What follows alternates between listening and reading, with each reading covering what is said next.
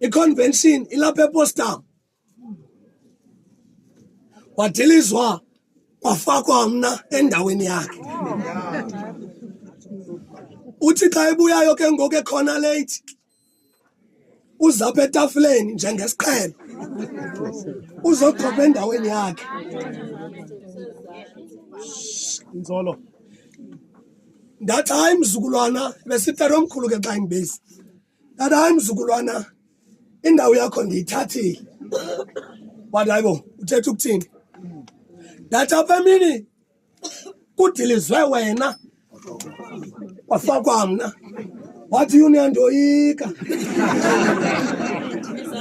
nindilinda ndiphangele.